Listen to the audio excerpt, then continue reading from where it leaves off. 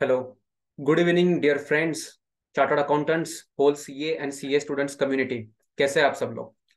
5 जुलाई 2023 वो दिन जहां पे रिजल्ट लगा है मई 2023 के अटेम्प्ट का। सो एक बार मैं फटाफट से अपनी स्क्रीन को शेयर कर लेता हूँ।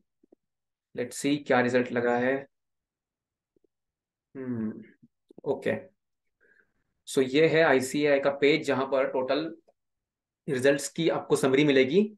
ग्रुप 1 57,067 कैंडिडेट्स जो अपेयर किए थे उसमें से पास हुए 6795। सो परसेंटेज है 11.91। 61,844 ग्रुप 2 में बैठे 19,438 पास हुए 31%, थोड़ा यहाँ पे अच्छा है। एंड बोथ ग्रुप्स 25,841 बच्चे अपेयर हुए, उसमें से 2152 पास हुए, सो 8.33। सो आईसीआई क्या बोल रहा है, total 13,430 candidates qualified as a CA. So congratulations to all those who have passed and become chartered accountants or cleared any of the group.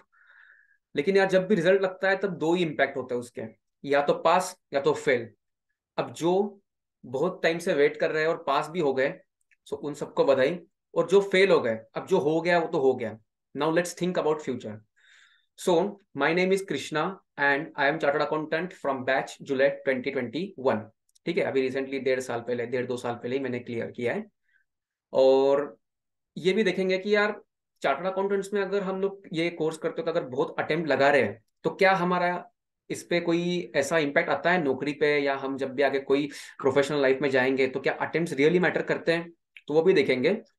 और फिर मैं डिस्कस करूंगा कि मेरी जर्नी जब मैं खुद चार्टर्ड अकाउंटेंसी कर रहा था, 12th के बीकॉम फर्स्ट ईयर के बाद मैंने शुरू किया था। तो मेरी मार्कशीट भी आपको दिखाऊंगा मैं सारी, कि मेरे को कितने अटेम्प्ट्स लगे, मैंने कैसे पास आउट किया, सब कुछ।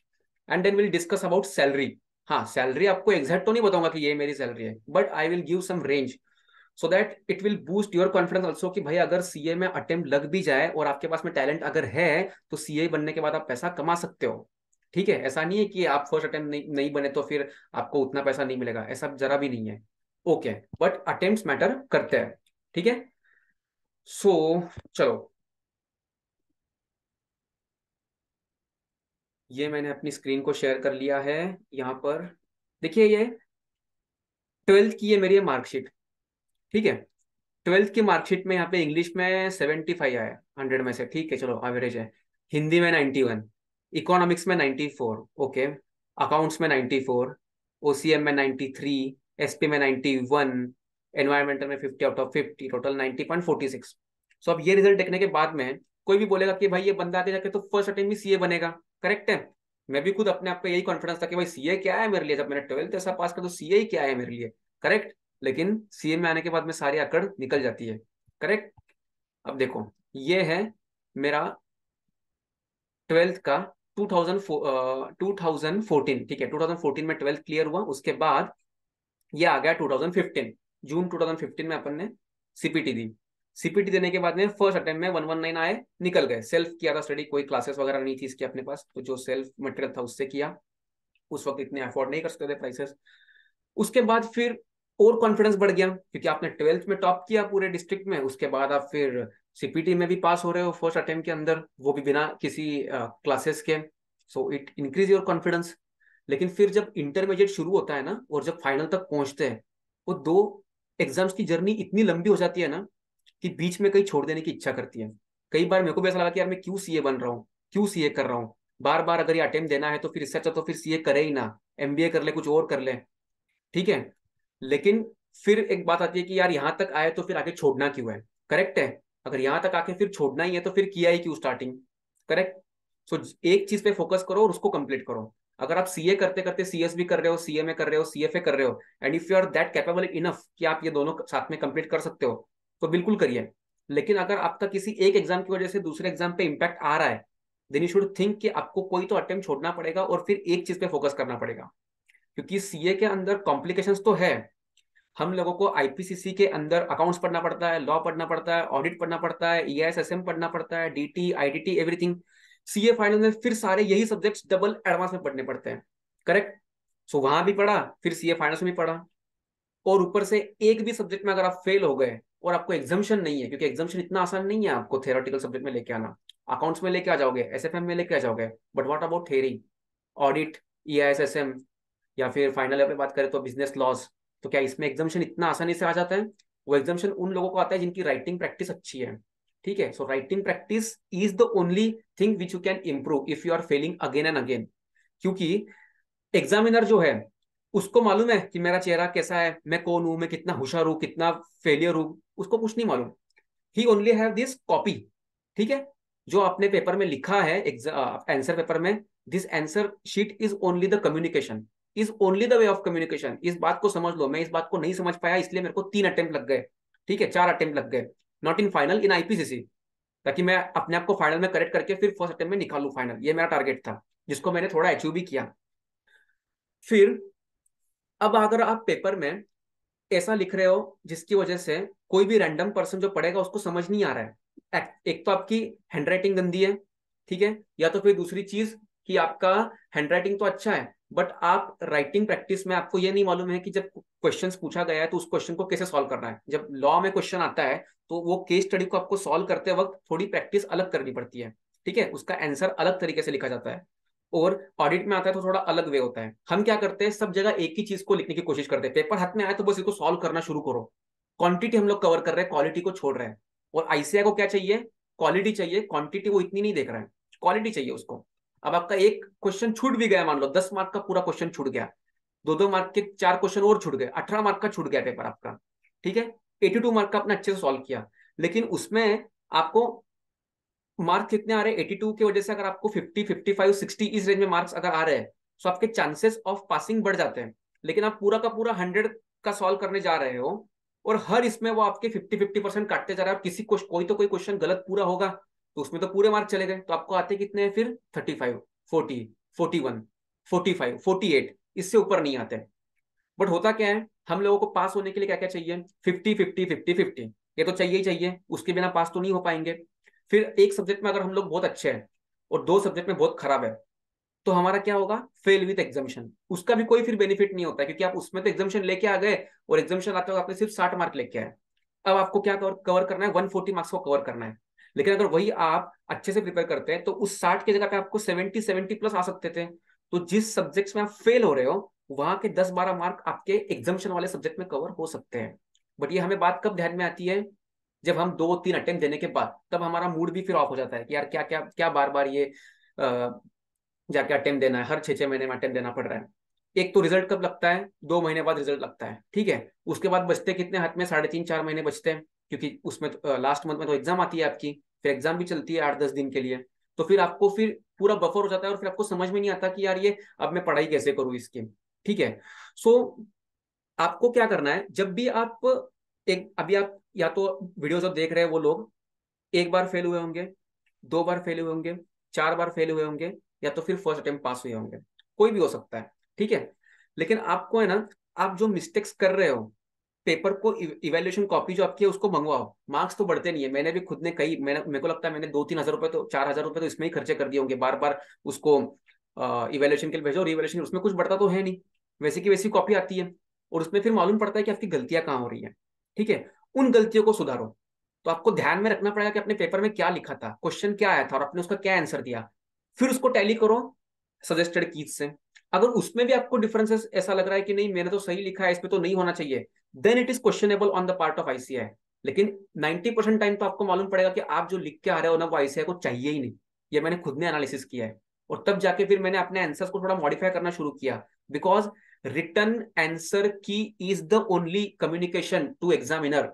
उसको नहीं मालूम, आपका नाम भी उसको नहीं मालूम है, उसको कुछ नहीं मालूम है, उसको बस वो पेपर मालूम है, एक क्वेश्चन पेपर और एक आपका आंसर पेपर जिसमें आपने क्या लिखा है। ठीक है, इट इज क्लियर। और बिल्कुल भी आंसर्स लिखते वक्त है ना, कंजूसी मत करना।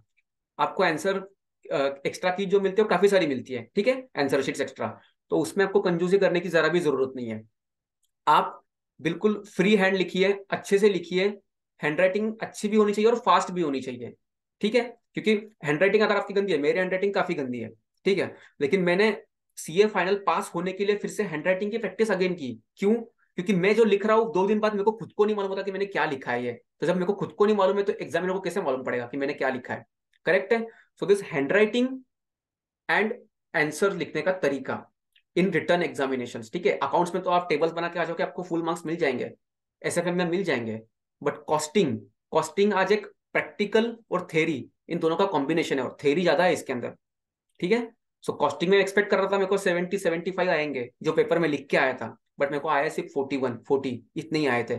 सो फिर मैंने पास कैसे किया, फिर मैंने अपने आप को कैसे कवर किया इससे। सो ये सारी चीजें आपको जाननी पड़ेगी। तो देखो ये सीपीटी में अपन पास हो गए जून 2015 में, यहां से शुरुआत हुई मेरी सीए जर्नी की। पास होने के बाद क्लियर किया मैंने 2021 में, सेम जून 2021 जुलाई 2021, टोटल लग गए 6 साल। अब सीए बनने में लगते कितने हैं, फर्स्ट अटेम्प्ट जो क्लियर करता है उसको लगता है 4 साल, मेरे को लग गए 6 साल। तो 2 साल मतलब 50% ऑलमोस्ट मैंने एक्स्ट्रा टाइम कंज्यूम किया। अगर मैं 4 साल फर्स्ट अटेम्प्ट में सीए सीए क्लियर होता और मेरे को 10 लाख रुपए की सैलरी लग जाती, तो मैंने 20 लाख का तो लॉस कर दिया यहाँ पे, अपॉर्चुनिटी लॉस। करेक्ट है, वो तो अभी भी मेरे को मालूम है कि यार मैंने लॉस कर दिया है, बट उस बात को अगर अगर सोचोगे आप बार बार, तो फिर आप कभी क्लियर भी नहीं हो पाओगे और फिर कुछ कर भी नहीं पाओगे। करेक्ट। सो अभी देखो जून 2015 में सीपीटी हुआ क्लियर, देन फिर आगे बढ़ते हैं। आगे देखो अभी ये भी ऐसा रिजल्ट खुल रहा है जैसे लाइव रिजल्ट देख रहे हो। फिर मई 2016, ये देखो मई 2016 में ऐसा दिखता था हमें ये साइन, ठीक है। ये साइन बैंक की भी है, कॉपी मत करना इसको, वैसे कुछ है नहीं बैंक में लेकिन फिर भी कॉपी मत करना। फिर आई मई 2016, मई 16 में 167 आईपीसीसी, फर्स्ट टाइम अपन जिंदगी में फेल हुए। 10th में अच्छा मार्क लाया 90, 12th में 91, सीपीटी में first attempt without any course, यहाँ पे फेल्यूर मालूम पड़ा फर्स्ट टाइम कि क्या होता है भाई फेल्यूर।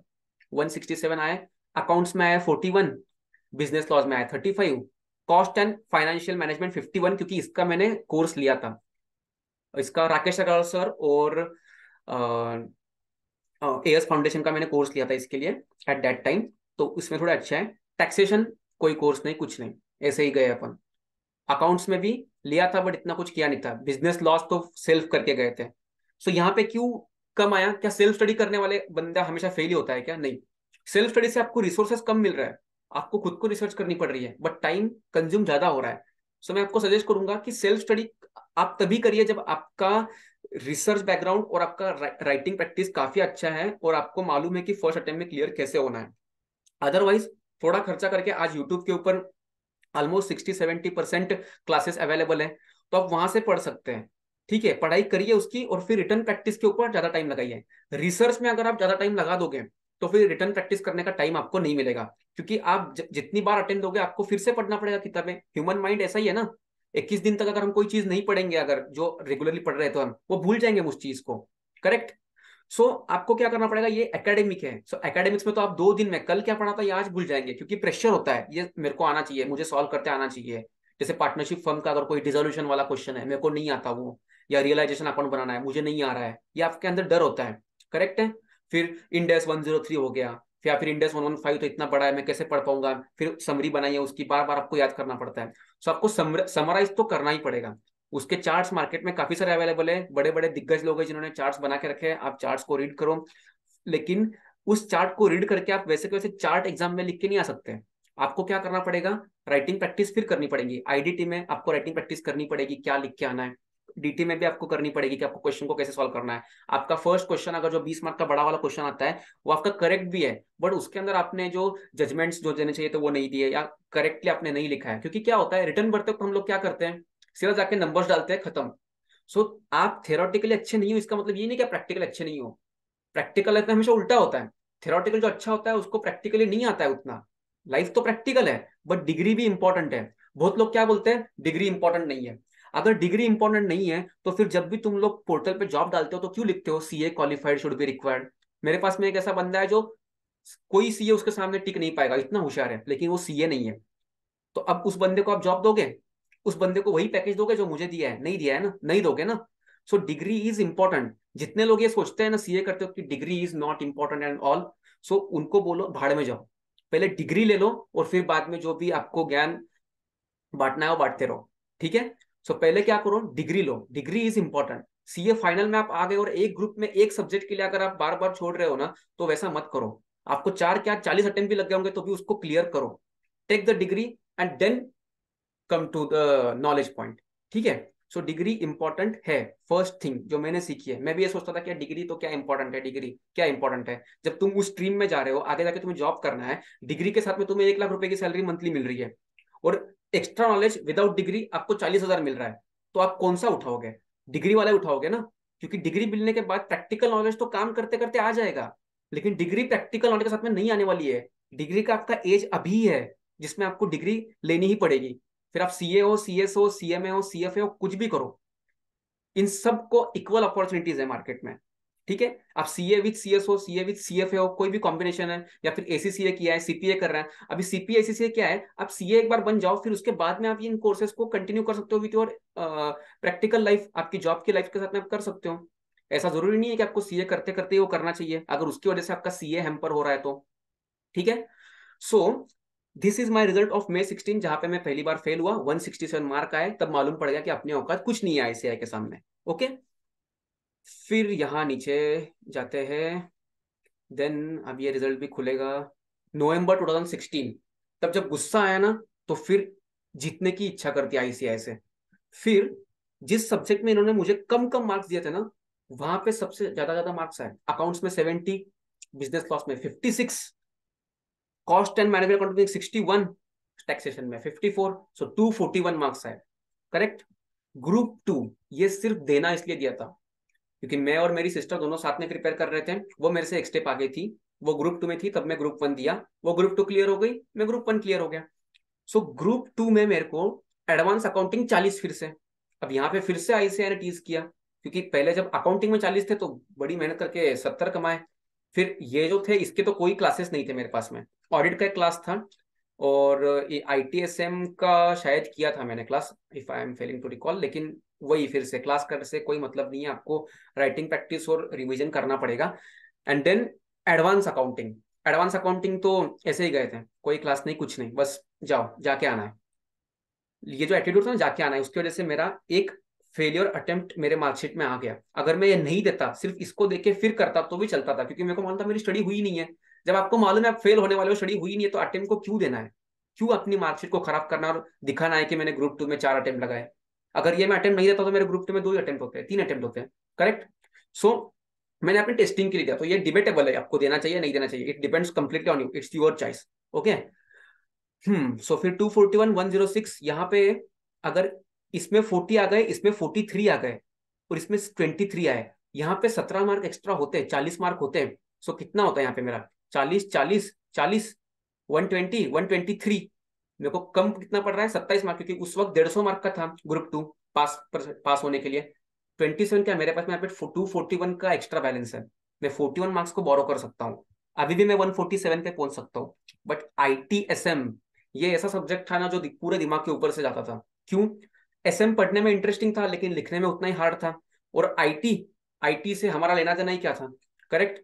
उसके अंदर जो जो भी केबल वायर्स एंड ऑल, इतना सब कुछ बकवास नॉलेज था जो कभी अभी एक्चुअली प्रैक्टिकल नॉलेज में कुछ काम ही नहीं आ रहा है उसका। सो जो चीजें आप मोनेटाइज नहीं कर सकते, उसको सीखना ही क्यों है? आईटीएसएम को भी निकाल ही दिया, फिर अभी वो ईआईएसएसएम आ गया। राइट। बट स्ट्रेटेजिक मैनेजमेंट वो इंपॉर्टेंट सब्जेक्ट, इंटरेस्टिंग भी था और इंपॉर्टेंट भी था, है एक्चुअली अभी। ठीक है, फिर नवंबर 16 में फेलियर आया। यहां से मेरी चालू हो गई आर्टिकलशिप, 3 साल की आर्टिकलशिप। अब मेरी आर्टिकलशिप चल रही है, इसलिए ग्रुप 2 के मैं अटेम्प्ट 3 साल तक भी दे दूं ना, बार बार फेल होके, तो भी कोई फर्क नहीं पड़ने वाला, because I will not waste my time. मेरे को सिर्फ 1 महीना घर जाना पड़ेगा, पढ़ाई करना पड़ेगा, एग्जाम दो, फिर आओ, फिर बॉस की गाली खाओ, तू फेल हो गया, फिर जाओ फिर आओ। ये किया है, सबने किया है, बॉस की गाली सब लोग खाते हैं। ठीक है। तो 241 106 नवंबर 16 में पास हुआ, पुणे में आर्टिकलशिप ले ली।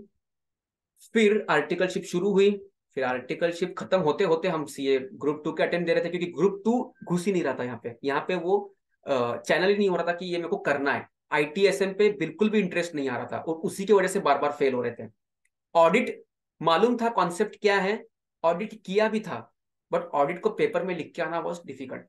सो मैंने पहले ही बताया आपको, writing practice is the only solution for your CA success. Otherwise आपकी राइटिंग प्रैक्टिस अगर नहीं है, तो आप 10 बार भी अटेम्प्ट दे दोगे तो भी फेलियर ही आएगा आपको। मई 2017, देखो मई 2017 में अब मैंने क्या किया, अटेम्प्ट दिया, एडवांस अकाउंट में 54 आया, इधर 47 आया, इधर 43 आया, एंड आई डाउट यहाँ पे 60 होगा। फिल्टर में निकल गया 6 मार्क सीधा, और 144 आया। 150 आता तो मैं डॉट पे पास हो सकता था, बट नहीं हुआ। 6 मार्क की वजह से मेरा फिर से ये अटेम्प्ट चला गया। तो कितने अटेम्प्ट हो गए सेकंड ग्रुप के? पहले जो ऐसे ही टाइम पास में जाता वो एक, उसको तो मैं कंसिडर करता ही नहीं हूँ। This is my first attempt where I actually prepared और उसके बाद में फेल हुआ। सो ये रियल फेल्योर है। ठीक है। 144, चलो यार निकल गया 144। फिर उदास हो जाते हैं।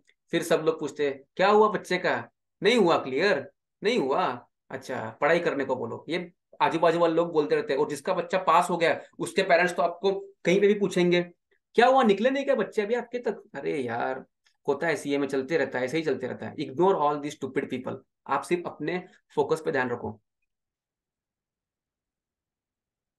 फिर फिर यहाँ पे आया अपना नवंबर 2017 का अटेम्प्ट। अब तो पक्का पास होना ही था। ऐसा कॉन्फिडेंस था कि भाई अभी पास नहीं हुआ तो फिर सीए छोड़ ही देंगे ना। एडवांस अकाउंट में फिर इंस्टीट्यूट ने मुझे टीज किया था। तो मैंने बोला नहीं, इसको तो फाड़ेंगे पूरा। एडवांस अकाउंट के सारे प्रॉब्लम टैली करके आया। राइटिंग प्रैक्टिस, हैंडराइटिंग गंदी थी, कहीं कहीं गलतियां हुई थी। 81 मार्क्स।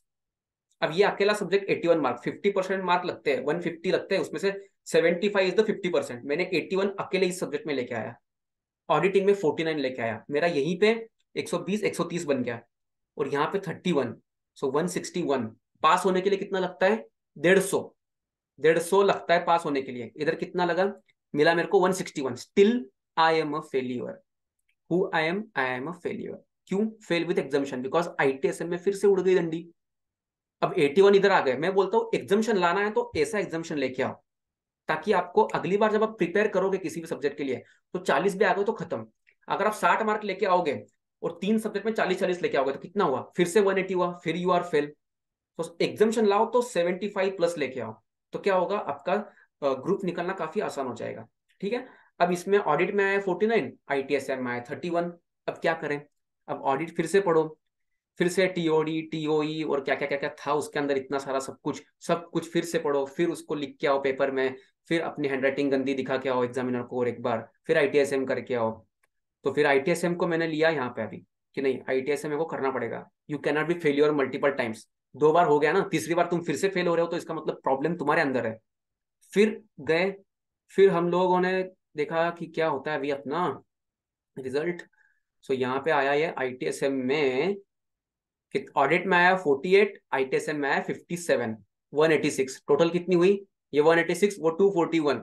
सो 300 486 और जो भी हुआ होगा वो ठीक है।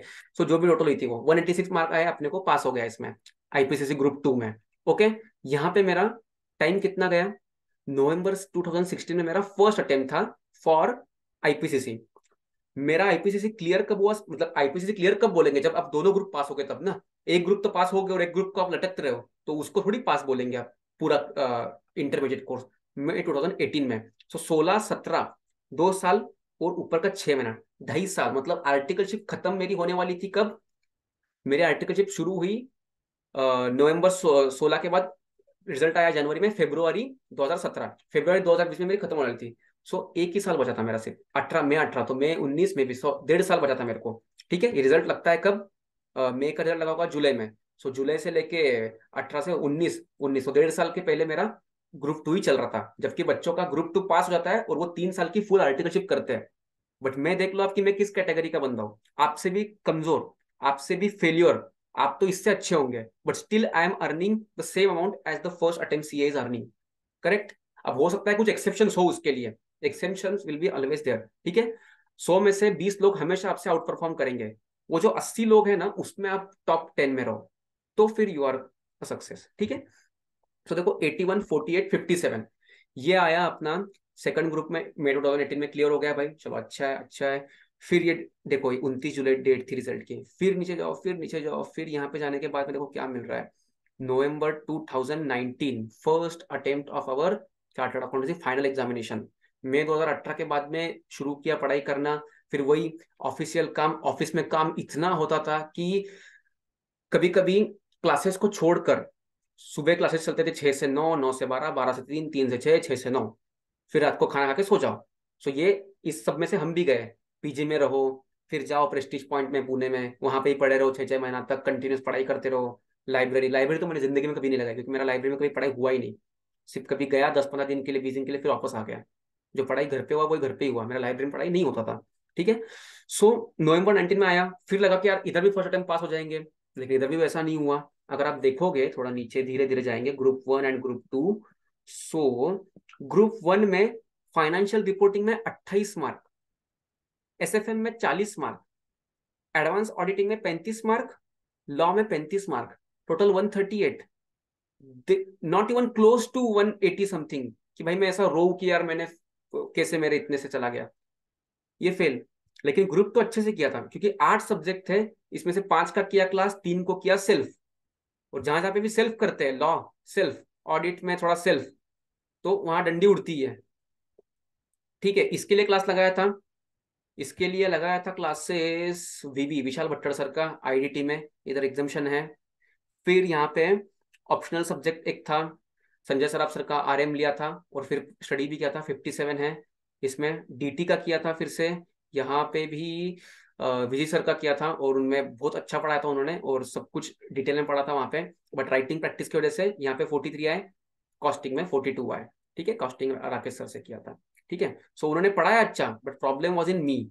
तो क्या आया, 206 पास हो गया, लेकिन यहाँ पे हुआ 138 फेल। अगर यहाँ पे मैं थोड़ा अच्छे से पढ़ाई करता तो नवंबर 2019 का मैं पास आउट होता, ना कि जुलाई 2021 का।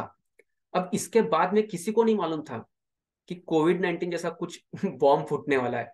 मेरे को लगा चलो मई 2020 दे देंगे और बात खत्म, अब सीए बन जाएंगे, मेरे को तो 20 में बन जाएंगे, एटलीस्ट 6 महीना ही वेस्ट होगा, और तो नहीं वेस्ट होगा। लेकिन फिर हुआ ऐसा, आया कोविड-19, जान फेब, फिर मार्च में आया निफ्टी का नायगरा फॉल्स, जहां पे निफ्टी 12,500 से निफ्टी सीधा आ गया आपका 7,600 तक। उसके बाद में गिरता गिरता गिरता फिर वहीं वहीं पे खेल रहा था, फिर बढ़ना शुरू हुआ। तो वैसे अपनी जिंदगी भी पूरी गिर गई वहां पे, क्योंकि प्रिपेयर किया अटेम्प्ट को, अटेम्प्ट कैंसिल, फिर प्रिपेयर किया, फिर कैंसिल। जब 2 बार कैंसिल हुआ अटेम्प्ट, उसके बाद में मैंने बोला अब मेरे को देना ही नहीं है अटेम्प्ट, अभी मेरे को फ्रेश जो अटेम्प्ट आएगा अगला वही दूंगा। मे का अटेम्प्ट 2021 का वो भी शिफ्ट हुआ आगे, वो गया जुलाई 2021 में। तो 2021 का अटेम्प्ट भी आगे शिफ्ट हुआ, और फिर जुलाई में आया, उस अटेम्प्ट को दिया। और उस अटेम्प्ट को देते वक्त हमारे पास में हाथ में 1.25 साल था, एक साल 1.5 महीने के बीच में था कुछ। तो उसमें प्रिपेयर किया, एंड देन फाइनली जुलाई 21 कब आता है भाई, आजा जल्दी।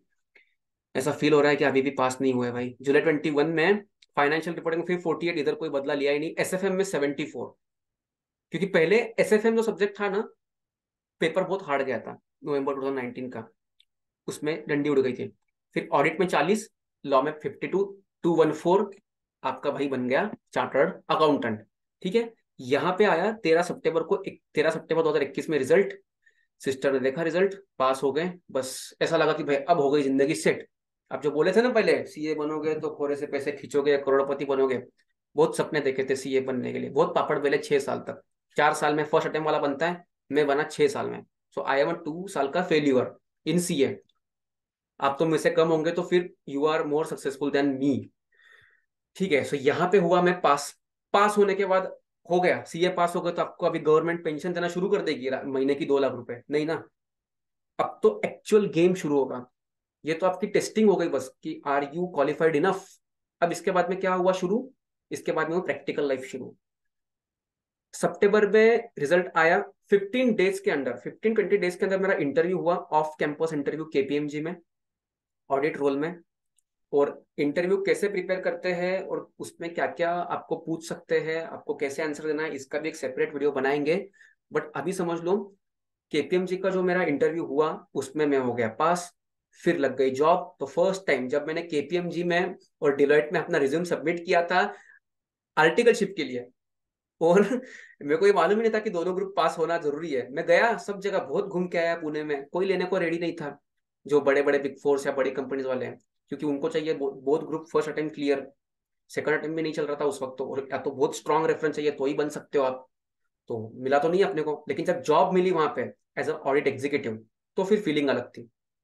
सो फिर 1.5 years वहां पे किया, अक्टूबर 2021, फिर उसके बाद 2021 से शुरू हुआ जॉब, फिर नवंबर 2022 तक चला। उसके बाद आई गेस, हाँ, नवंबर 2022 में दिसंबर के एंड में मैंने फिर वहां पे पेपर डाल दिया, वहां से 3 महीने नोटिस पीरियड चला।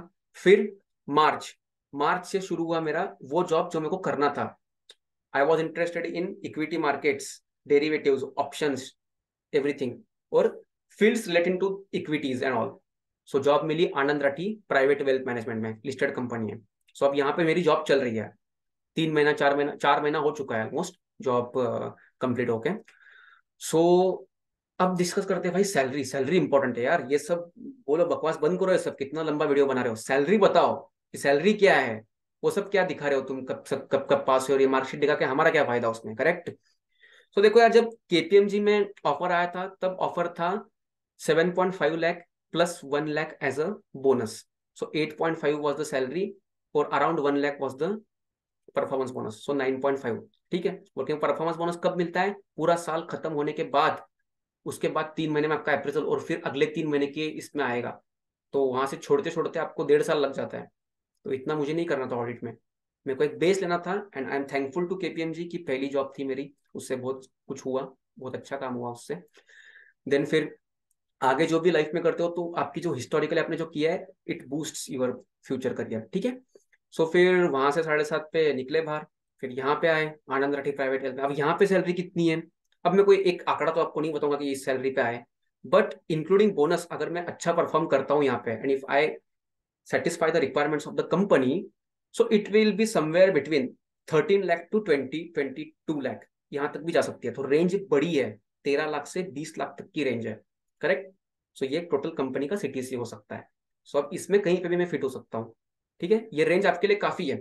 अगर आपको ये भी अच्छा नहीं लग रहा है कि यार क्या 8-10 लाख की जॉब कर रहे हैं, 12-15 लाख की जॉब का, इसके लिए सीए थोड़ी बने, बात करेक्ट है आपकी, इसके लिए हम लोग सीए नहीं बने। लेकिन अब सीए की क्वांटिटी इतनी बढ़ गई है ना कि अब आपको इस रेंज में ही अधिकतर सीए मिलेंगे। आपको मालूम है स्मॉल फर्म्स के अंदर सीए की सैलरी कितनी देते हैं, पुणे की आपको एग्जांपल देता हूं मैं, जितने लोगों से मैंने बात की, 35 to 40 थाउजेंड मंथली सैलरी दे रहे हैं चार्टर्ड अकाउंटेंट्स को जो फ्रेशर है, 6 महीने 1 साल तक। उसके बाद में बढ़ती है salary 55, 60, 65, 70।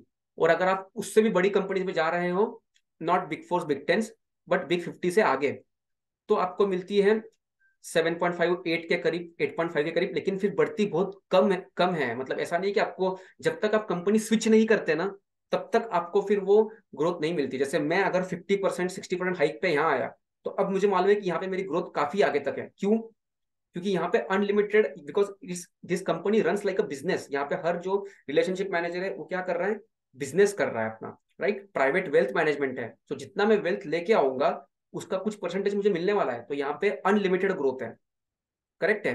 So this is important to note कि आपको आगे करियर में चुनना क्या है। मेरे को क्या चुनना था, मेरे को यही चुना था, तो मैंने चुन लिया। जिनको ऑडिट करना, ऑडिट अच्छा लगता है, इनको Deloitte USI, KPMG and all foreign firms, उनके उनके पास में अच्छा खासा पैसा आपको मिल जाएगा। And if you like the audit then you should go there. अगर आपको ये अच्छा लगता है तो ये करो। आईबी इन्वेस्टमेंट बैंकिंग, अब सीए को तो डायरेक्टली जॉब इन्वेस्टमेंट बैंकिंग में मिलती है क्या? नहीं मिलती है, बहुत कम, रेयर मिलती है। लेकिन if you are CA with CFA तो मिल जाएगी क्या? तो भी मिलेगी, इसकी कोई गारंटी नहीं है। बट आप आईआईएम से आए हो फिर सीएफए किए हो तो मिलेगी, डेफिनेटली मिल सकती है आपको जॉब वहां पे भी। बट सीए प्लस सीएफए हो और आपका वहां पे इंटरव्यू अच्छा गया, और पहली बात तो क्या होता है, इंटरव्यू शेड्यूल ही नहीं होता है काफी जगह पे। प्रॉब्लम ये होता है कि इंटरव्यू ही नहीं होता है, उनके पास में इतने कैंडिडेट्स ऑलरेडी है टैलेंटेड। क्योंकि आईबी एक ऐसा सेक्टर है जहाँ पे स्मार्ट, वेरी स्मार्ट, फेस से स्मार्ट नहीं, आपकी डिसीजन मेकिंग पावर, आप कितने अच्छे से डिसीजंस को ले सकते हो, कैसे आप प्रिपेयर कर सकते हो, जो भी आपको वर्क दिया हो इसको कैसे खत्म कर सकते हो। एंड वहां पे 80 घंटा, 85 आवर्स आपको काम करना पड़ेगा। ठीक है, वीकली, वीकली, हाँ। सो स्मार्टनेस वहां पे है, तो वहां पे साथ में लोड भी उतना ही है और फिर पैसा भी उतना ही है। But still this wealth management and fields related to equities, यहाँ पे अनलिमिटेड ग्रोथ है आपकी। सो ये थी मेरी जर्नी 6 साल की, सीए बनते बनते जैसे पेशेंस खत्म होते गया। फिर अब थोड़ा लग रहा है कि नहीं भाई, सीए किया है तो कहीं ना कहीं फाइनेंशियली सिक्योर तो है। अगर मैं सीए नहीं करता, बीच में से छोड़ देता, तो आज 30-40 हजार की जॉब पे मैक्सिमम होता, चाहे टैलेंट कितना भी हो। दैट डजेंट मैटर, जब तक आप खुद का बिजनेस है, खुद का कोई स्टार्टअप नहीं खोल लेते जो सक्सेसफुल है।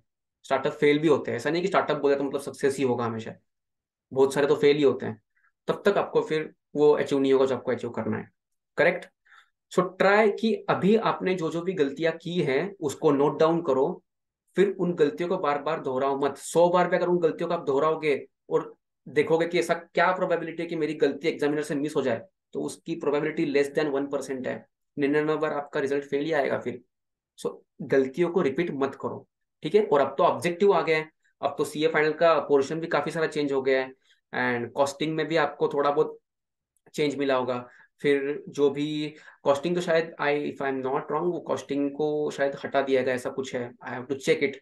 फिर आपको आईपीसीसी में जो बंदे हैं उनको आईटीएसएम पढ़ने की जरूरत है, उनको ईआईएस है, एसएम है, तो जो लिंक टू योर बिजनेस है। ऐसा नहीं कि आईटी पढ़ाना नहीं चाहिए, बट आईटी में वो चीजें पढ़ाओ जो आपको प्रैक्टिकल लाइफ में काम आने वाली है। ठीक है, वही चीजें आप सीखो दिल से, जिनमें आप जिनको आप मोनेटाइज कर सकते हो, या तो जो आपकी हॉबी है। अदरवाइज कुछ भी सीखना इसलिए मत सीखो। ठीक है। ओके गाइस, सो इंटरव्यू के लिए प्रिपेयर कैसे करना है, कहाँ कहाँ इंटरव्यू दे सकते हैं आफ्टर सीए, और इंटरव्यू में क्वेश्चंस क्या क्या पूछते हैं, इंटरव्यू क्रैक नहीं हुआ तो क्या करने का, एचआर अगर रिप्लाई नहीं करना है तो क्या करने का, सैलरी कितनी एक्सपेक्ट करने का, बात कैसे करने का, ये सब चीजें हम लोग एक पूरा कंप्रिहेंसिव वीडियो बनाएंगे। और उस वीडियो के बाद में सीखेंगे कि यार ये कैसे करते हैं, क्योंकि मैंने केपीएमजी, डिलॉयट, ईवाई, इन तीनों का इंटरव्यू क्रैक किया है। ठीक है, लेकिन मैं जॉब पे वहां गया नहीं, क्योंकि मैं सिर्फ अपने आप को टेस्ट कर रहा था कि मैं ईवाई का इंटरव्यू दे के देखता हूँ। केपीएमजी में 8.5 मिल रहा था, ईवाई 11.5 देने के लिए रेडी था, but I didn't choose that. क्यों? क्योंकि मेरे को ऑडिट नहीं करना था, बट आई टेस्टेड कि यार अपन कितने लेवल तक है। अगर ईवाई उस वक्त मेरे को 13.5 14 बोलता तो मैं चूज कर लेता, क्योंकि कहीं ना कहीं पैसा भी मेरे लिए जरूरी था। तो फिर ईवाई में कुछ टाइम के लिए करता। ठीक है। फिर डिलाइट यूएसआई आया, फिर डिलाइट यूएसआई ने 17.5 का ऑफर किया। बट मैंने अभी 3-4 लाख के लिए नहीं देखा कि अभी 3-4 लाख में अगर के लिए जॉब चेंज कर दूं फिर से फ्रिक्वेंटली। लॉन्ग टर्म थिंकिंग भी आपकी कहीं ना कहीं होनी चाहिए। और अगर आप जॉब कभी नहीं कर सकते जिंदगी में कि यार यहाँ से वहां, so then your mind is of business and something, तो आप उसके ऊपर भी कंटिन्यूसली काम करना शुरू कीजिए, ताकि अगर जॉब रही ना रही आगे जाके, so at least there is some other source जहां से आप जॉब से ज्यादा कमा रहे हो। ठीक है। सो ये भी इंपॉर्टेंट है। सो अगर आपको किसी को एक फाइल चाहिए मेरी कि मैंने ट्वेल्थ में कैसे मार्क्स लाया और फिर सीए में कैसे गंदगी की और फिर फाइनली कैसे अंत भला तो सब भला हुआ, तो मैं फाइल भी शेयर कर दूंगा। और ये सब जेन्युइन डेटा है, कोई झूठ इसके अंदर तो है नहीं। ठीक है। ओके गाइस, सो जो भी लोग पास हुए उनको कॉन्ग्रेचुलेशंस वंस अगेन, और जो फेल हुए हैं वो अपनी स्ट्रेटेजीज को फिर से चलाएं, थोड़े दिन के लिए अभी दिमाग को शांत रखें और अगेन प्रिपेयर करें और अगले बार पास होकर दिखाएं। ठीक है। Bye bye, take care.